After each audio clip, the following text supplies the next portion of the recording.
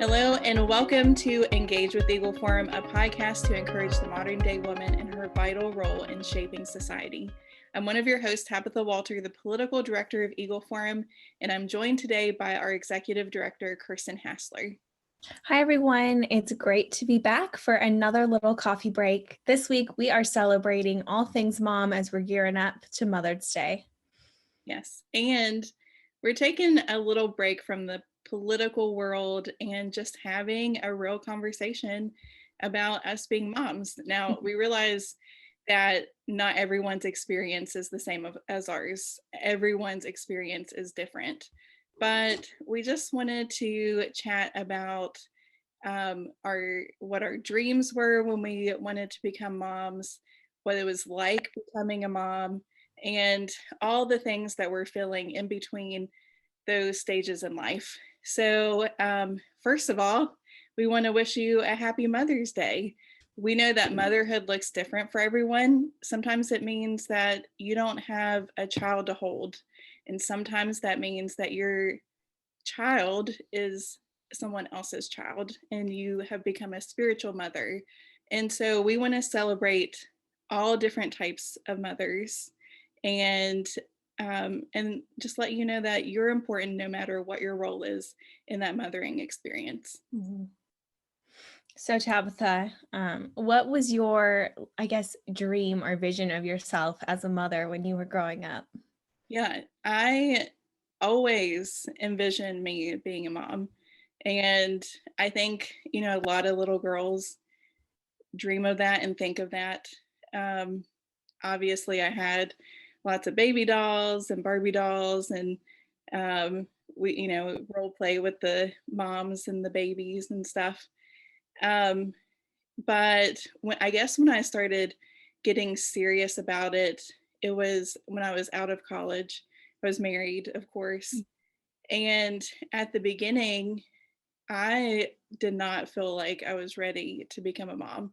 I wanted to become a mom eventually, but I just didn't have that like strong desire to have a baby quite yet. I know some women will get married and that's their first desire is to have a baby, and I just wasn't there yet. As a newly married couple, I would say we had a lot of distractions like career and just learning how to be in a marriage, and we had a really we had a thriving social life. So You don't anymore? Not as much as I used to have. Yeah, once my husband and I felt like we were kind of in a routine, and then my friends started getting pregnant, then that made me kind of switch gears in my mind a little bit. Looking back, I think the timing was good for us, but I would say, if I gave myself advice back when we first got married, I don't know if I would say to wait as long as we did. We only waited, I think, 3 years, but now that I know like how great motherhood is, I probably would have said have babies as soon as possible. Well, it's unknown, so it's scary, right? Right, yeah.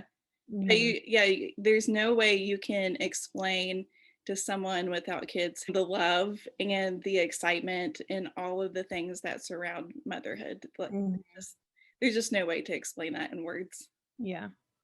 And it's scary too, because it ultimately will change your relationship with your spouse. You're adding in a whole nother dynamic, and you're used to being just the two of you. And now all of a sudden there's three of you, and you're balancing your relationship with your spouse, but also the demands of being a new mom. And it can be really overwhelming.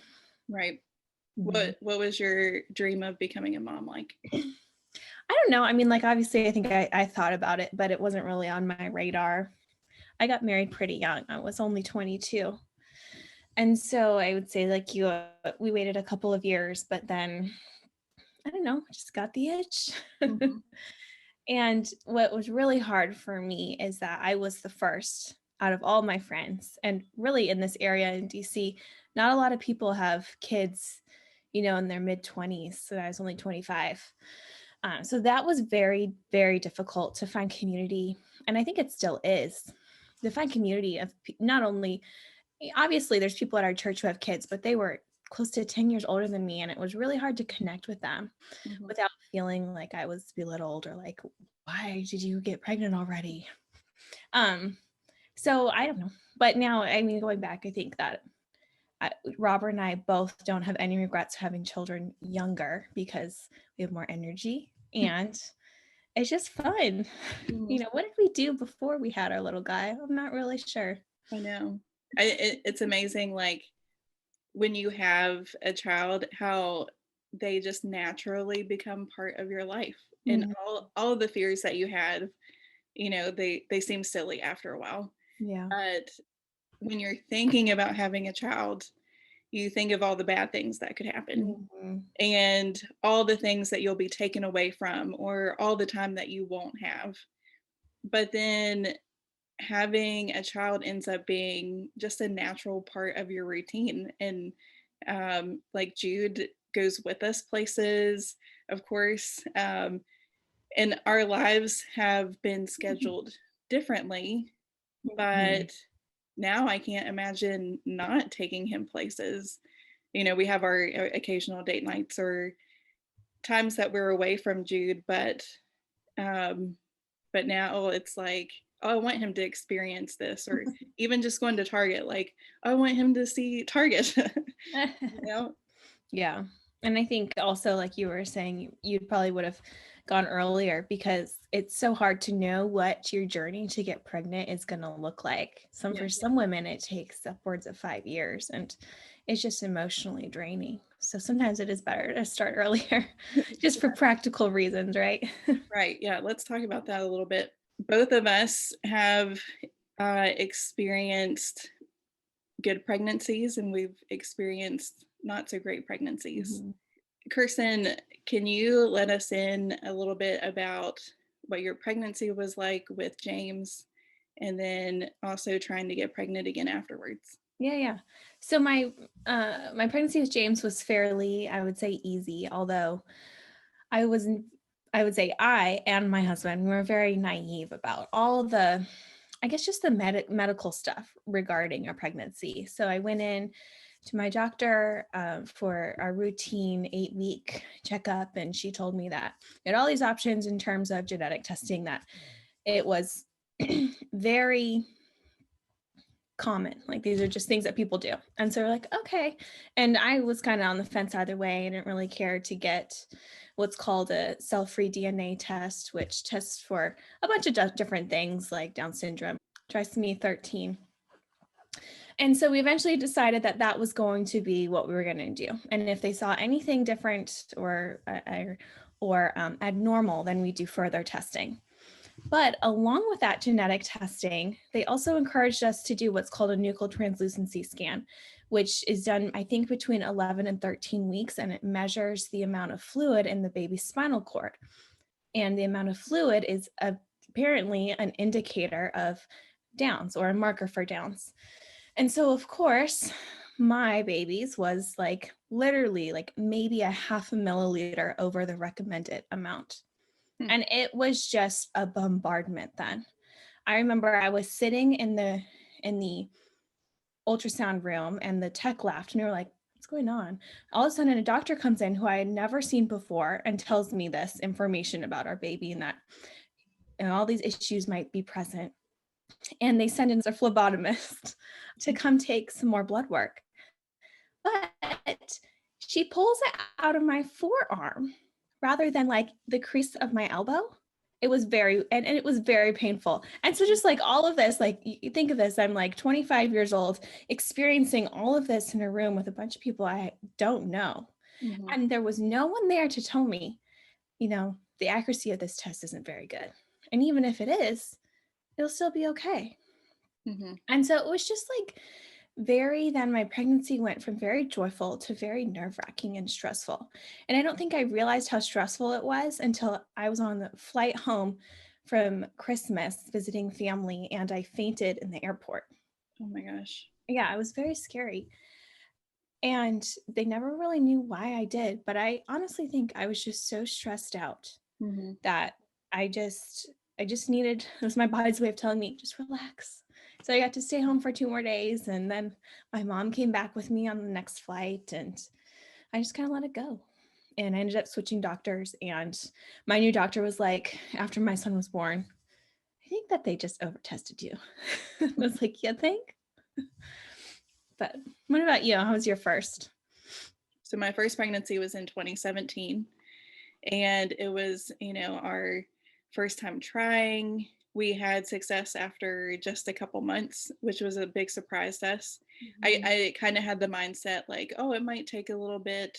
Um, and I was coming off of birth control, so I knew that like that had to work its way out of my system and all of that stuff. And so got pregnant pretty quickly, and then started experiencing a lot of bleeding. My doctor had told me, this could be normal, but keep an eye on it. And everything that, I'm just like Googling everything, Mhm. everything saying the same thing. You get the worst stories and the best stories with those Google experiences. And there was just one night we had to come back from grocery shopping, and I said, I think I need to go to the emergency room. It was a Friday night, and my husband's like, why don't you just, wait a few days and see what happens? And I'm like, no, I'm just really feeling like something's wrong, and I don't want to wait on this. I had gotten an ultrasound at 6 weeks and saw the baby's heartbeat and everything.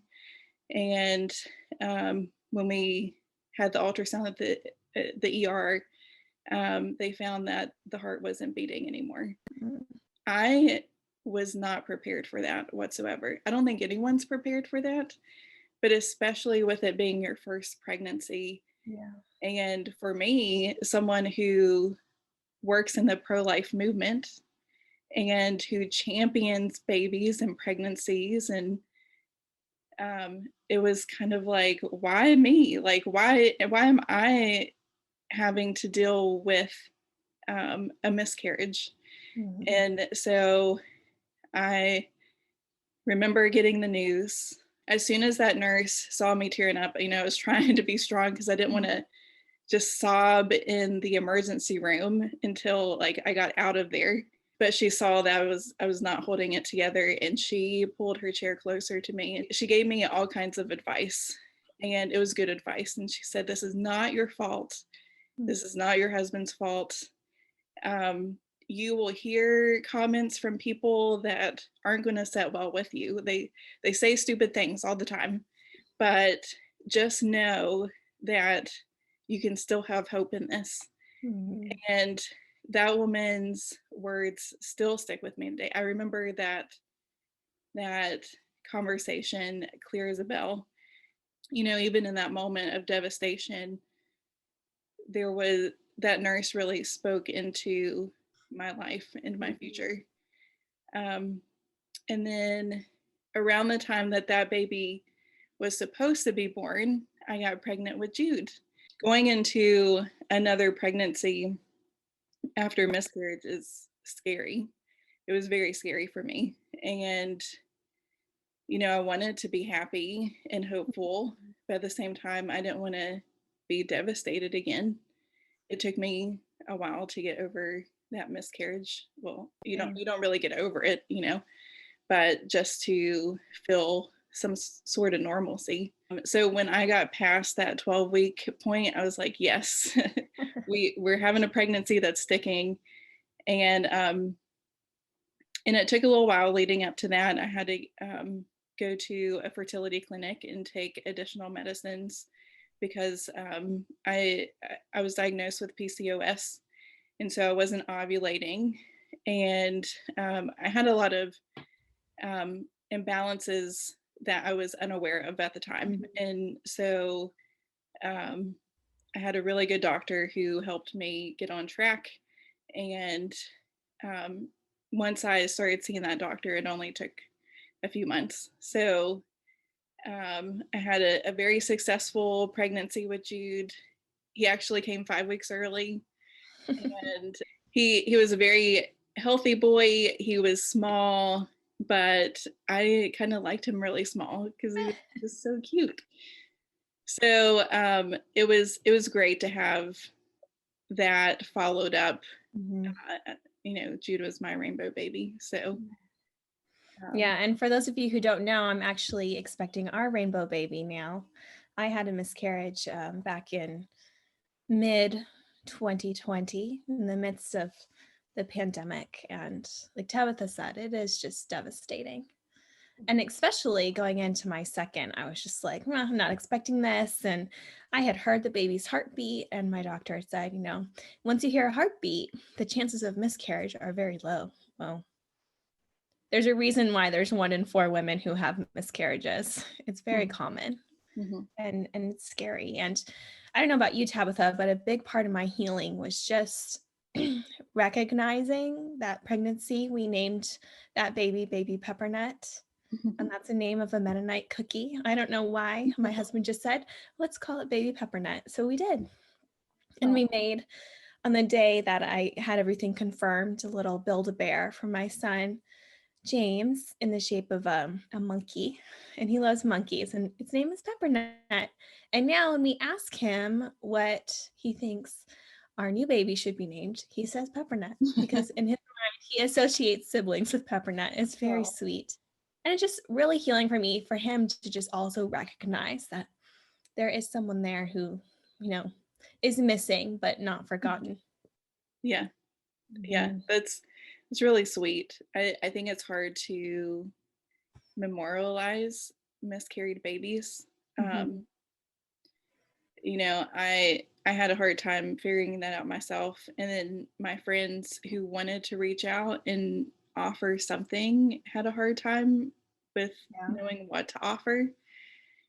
And for me, I just needed time. And I Mhm. needed time to even talk about it because I didn't want to talk about it right away, which is really odd for me because I like to talk things out and process things that way. So my friends and family were like, I don't know what to do with this, but we had a painting commissioned that essentially has the story of my husband and I, of how we got together, and some of the things that have made us who we are, including that miscarried baby. And Mhm. so that's something for us that's hung on our wall that we get to see on a regular basis. And then we've shown Jude the painting and all the little things and what they represent. Um, but my advice for people who know someone who's went through a miscarriage and want to reach out and do something, just simply say, a few words of encouragement, like I'm here for you. I, you know, I'll let you have your space, or if you want to talk, I'm here. Mhm. Um, it's really based on each person's personality, but I think just being there as a good friend is good enough in those situations. Yeah. And maybe even remembering that person's due date and or something like that. Just sending them encouragement even up to that point, because really you never forget. Right. And I know for me, like my baby would have been due in March. And so sometimes I find myself, I'm like, oh well, I'd have like a 1 month old right now. Just trying to remember that this is a long standing process to get Mhm. over and understand. And even though a lot of women are lucky enough to have a rainbow baby, it is sometimes very emotional to carry that baby while you also are wishing that you could hold your other one. It's this constant war of emotions, really. Right. Exactly. Mhm. Now that you and I have one toddler, and both of us are pregnant, I I may even have had the baby by the time this is released. So That's just crazy. we'll see how things play out. But let's talk about what it was like entering into that everyday mom world, first starting with postpartum. And I'll share a little bit about my postpartum experience. I never was diagnosed full on postpartum. So I have not had the severe emotions and struggles that some women do experience after birth. However, I did have what was categorized as the baby blues, Mm. and it was very interesting. It would usually hit me at night. So like when the sun would go down, then I would feel really sad, really emotional. I remember I always tell this story because it's kind of funny. It's funny now, but Not then. yeah, my husband had went to Wingstop and ordered us wings, and he came back, and I wanted the boneless wings, but he got the bone-in wings, and I lost Uh-oh. it. I was like, "You know, I don't eat the bone-in wings." Gosh. So did he go get you some? No, like, my whole family was here, and Oh. it was just one of those moments that, all of those things were coming up, and I just Mm. didn't know how to handle eating bone-in wings in that situation. Um, and that's kind of my how I was feeling on a regular basis. The small things seemed really big. Like, Yeah. I'm like, why doesn't my husband think about me? Like, I would have to get my hands dirty, but I also have to like take care of a newborn, and I don't want my dirty hands on my newborn, and those kind of things. Like, you just have these crazy thoughts, Mm. and it just seems like too much to deal with all at once. Yeah. And you know taking care of a newborn, especially for the first time, is sometimes too much. You need the extra help. So what really helped me through that was talking to moms, but not just any moms who were older and who had been through this a few times already. Mhm. My pastor's wife was a good resource for me because I could just lay it all out for her, and she could say, "Yeah, I've been there, and this is what I did. These are the prayers that I prayed. These are the scriptures that I said over and over." And so she was a huge help in my life. And then after some time, those emotions got better. I was able to handle things and get Mm. into more of a routine. Um, but really, it just took one day at a time. Yeah, it's definitely hard. You don't expect, they talk about hormones and emotions when you're pregnant, but you don't expect it to be very similar when you are postpartum. Mhm. It's weird. I've already talked about the isolation that I felt, but let's talk a little bit about that transition then, kind of from the newborn stage into back into just normal everyday life. So going back into, not only cooking dinner, but starting our jobs again and finding that new balance. How did you cope with that, Tabitha? Yeah, I'm the kind of person who loves to work. So I realize not every woman has this personality. And of course, I toyed around the idea of, do I become a stay-at-home mom? Do I continue to work? What does that look like? So I ended up working part-time at Eagle Forum after I gave birth to Jude, and just kind of tried it out for a little bit to see, is this going to be a good fit or not? And it was. The privilege that we have at Eagle Forum is that we get to be at home. We get to work from home. We worked from home before the pandemic. So we kind of have the best of both worlds, where we're allowed to have our little ones run around while we work. Eagle Forum allows us to have very flexible schedules. When I came back part time, that's when Kirsten was hired on full time. And so it gave me, Part-time too, at first. oh, that's right. I totally Yeah, forgot right. about So that. we were one full-time person together. Yeah, that's true. Together we were a full time person. Yeah. But that was super helpful because when maybe felt like I couldn't get something completed, or if I had to run Jude to an appointment or something like that, then Kirsten could take over and vice versa. Yeah. And then we both ended up becoming full-time again. It really helped us to learn that routine, how to become more efficient, how to work off of each other.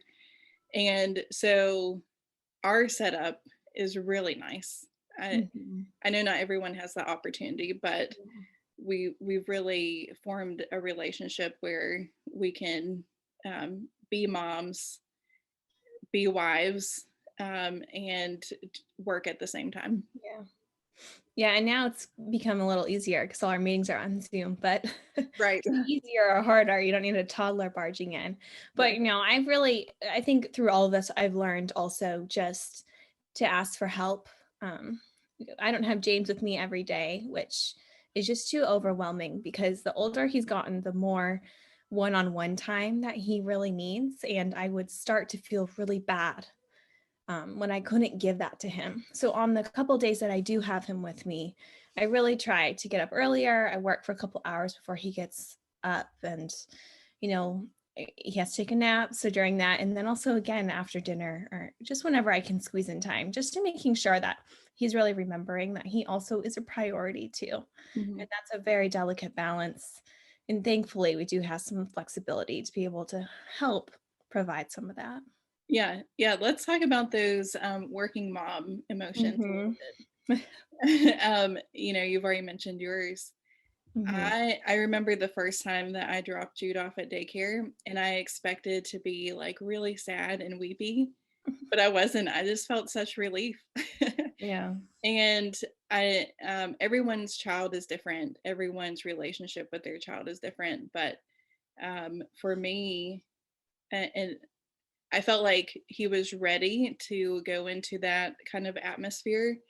And of course, we took our time to research different daycare facilities and teachers and things like that. And it really has been the best experience for him. He goes 3 days a week, and he has learned so much from that daycare. And it kind of reminds you of how their brains are like sponges. So you have to be careful, who are they around, what are they learning, those kind of things. But at the same time, it's just amazing to see him thrive, not only socially but developmentally as well. I think for us, I used to have someone who could come over to my house because I couldn't imagine dropping James off. But the pandemic kind of changed all that, and we were kind of forced to have to seek outside help. And like you said, it's been really good for James in the sense that he now has socialization, which he wasn't getting. Our church nursery still isn't open. A lot of the play groups or like the library story times, those are all still closed. So it's really provided James with an outlet, and he is very social. And so he's definitely benefited. And it's been really great to see that too. Yeah. Sweet. And speaking of toddlers, Tabitha, how's potty training going? Well, we're at potty training for the 50th time. I don't know. I think I mentioned potty training in a previous podcast episode. That was I think that was a while ago. It's been really difficult. There are things that Jude catches on right away, and like he loves music and he loves numbers, but potty training is not one of those. Yeah. And so we've tried to implement a few different things. Because he likes numbers, we start counting how many times he'll sit on the potty. Oh, funny. So there's like a dry erase board in the bathroom now, and we'll write a number on there, and he gets really excited about that.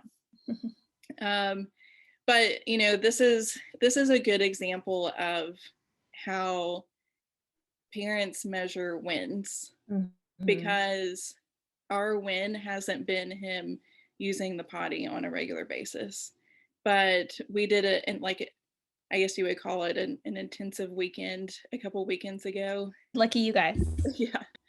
Yeah, where we didn't have the pull up and things like that. You could tell the very first day he was just so frustrated, and it was very overwhelming for him. Like, we're Mhm. teaching him a whole new process. We're running him to the bathroom every 30 minutes, and he, by the end of the day, he just had it. Like he was crying, he was emotional.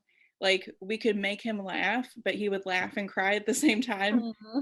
And so at that point I was like, we're done for the day. Yeah. I think he's had too much.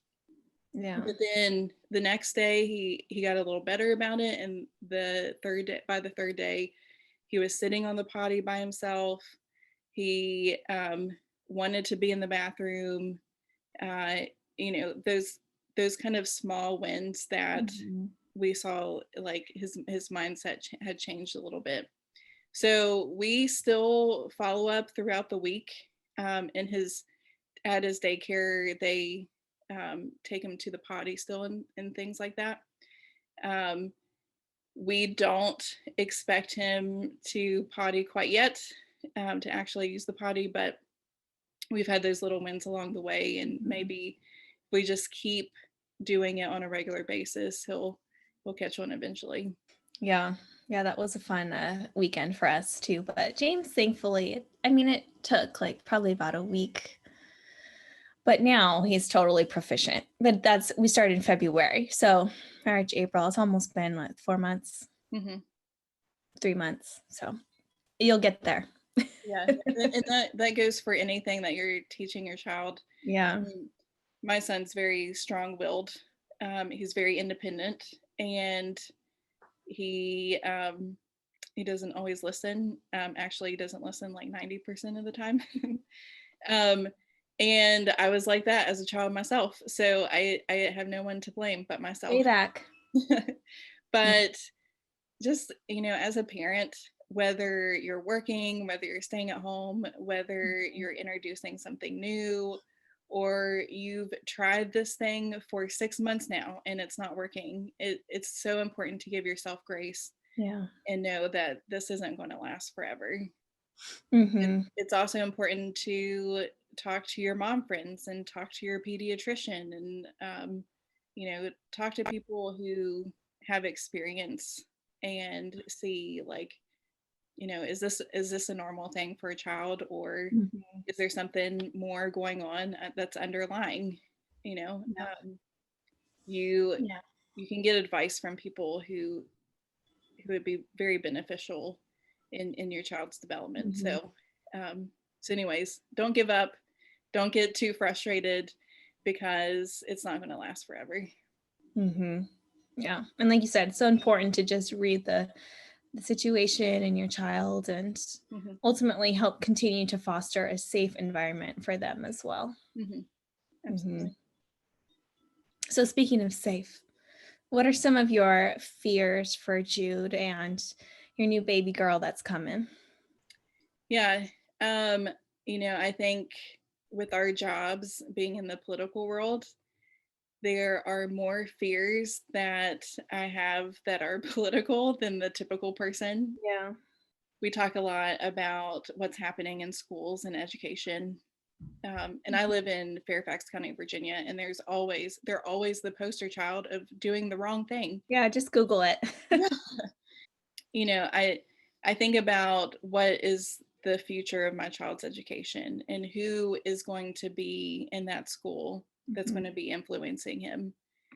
And at the same time, I want him to have a good balance of being part of the world, knowing people who are different than him, knowing different personalities, learning how to stand up for himself, have that critical thinking mindset of, this doesn't sound right, let me look into this a lot Mhm. more.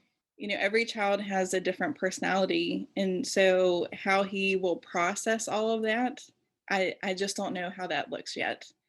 And being a mom, and being a mom in the political world, I want him to learn without me having too much control over him.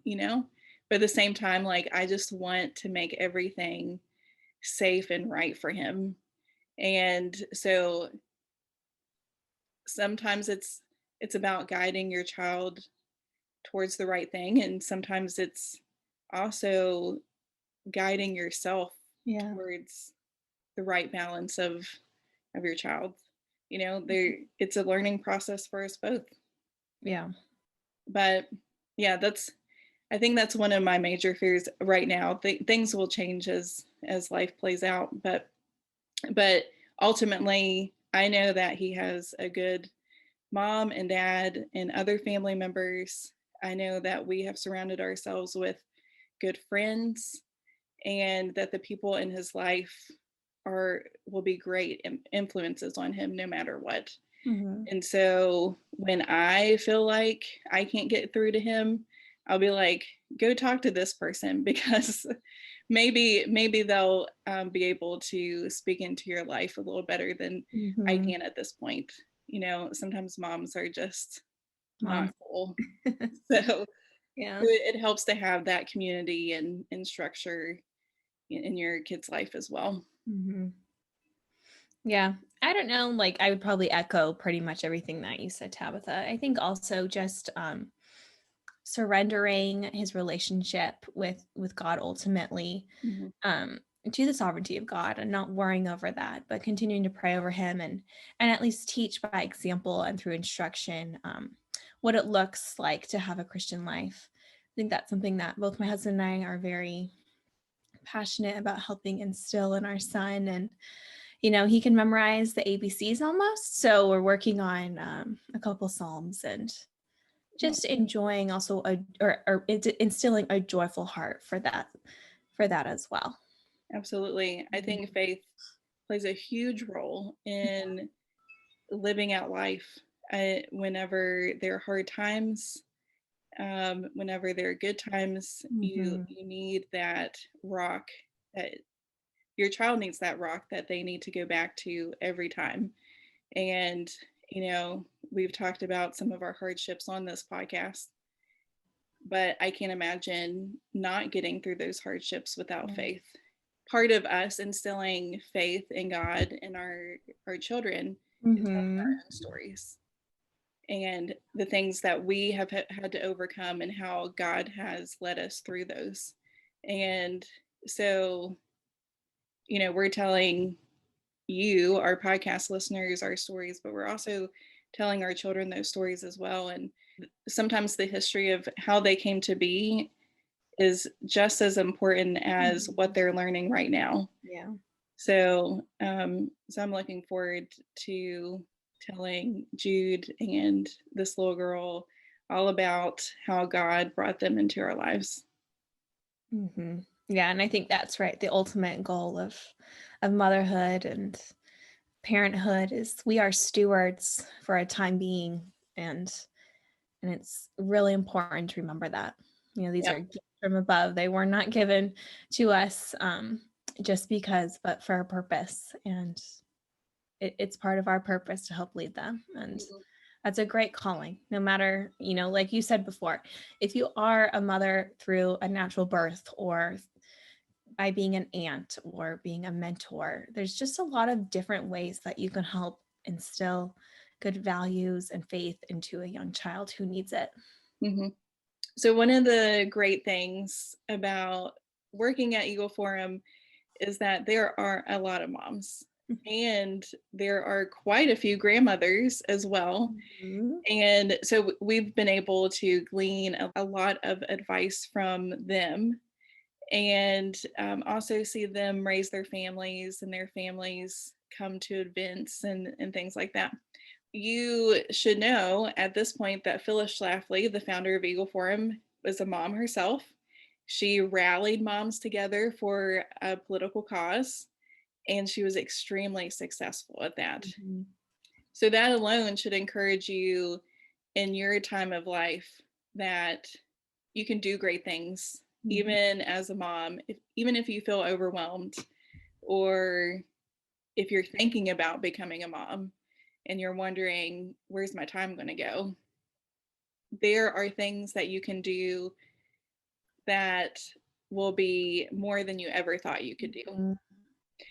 We really encourage you to get involved with Eagle Forum because, Kirsten and I, we do a lot of the legwork of laying out these bills in Congress So if you're looking to get involved or increase the scope of what you do every single day, then contact Eagle Forum.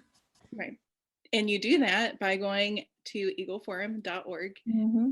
There is a little drop down menu, and you can just spend all day looking at all the stuff on Eagle Forum's website.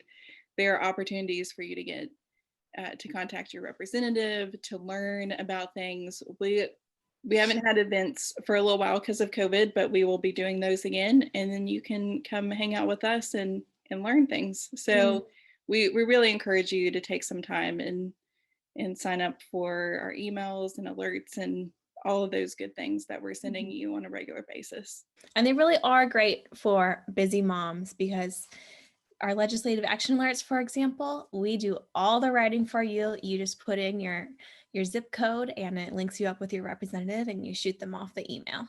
So not a whole lot is dependent on your end, but really we are dependent on you for helping us get our concerns heard. Mm-hmm. And if you're a reader, we have books for sale on there. We have lots of articles. So yeah, read your little heart out. And if you're listening to our podcast, be sure to subscribe, share with your friends, and leave us a review. You can find us on all the major social media platforms and at engagewitheagleforum.com. It has been such a pleasure to speak with you today, and we hope that you are able to celebrate being a mother this month. From your house to the State House to the White House, this is Engage with Eagle Forum.